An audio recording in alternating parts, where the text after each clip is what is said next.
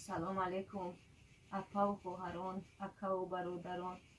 ماه شریف رمضان مبارک، ماه خوبی و برکت به هم مخشی و پسندی ها بیاره الهی.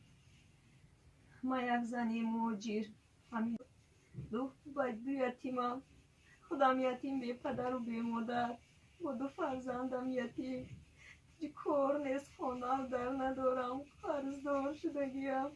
التماس بر من یتیم رحم کنید، یاردم کنید برادران، التماس میکنم. مجبور شدم، زورم اومد، بر شما مراجعه دارم. التماس بر من یتیم رحم کنید، به همین ماه مبارک التماس میکنم.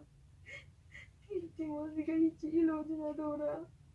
گوشه و تشنه، بی خانه و بی در، فرزندان سرگردانم.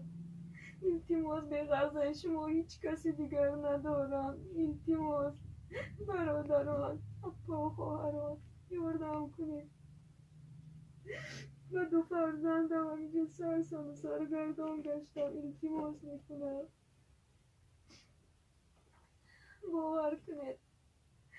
نمره کارتم در همین تلفن، در همین نمره میمونم. کدو میخواهد در همین ماه مبارک خیر کند. التماس میکنم.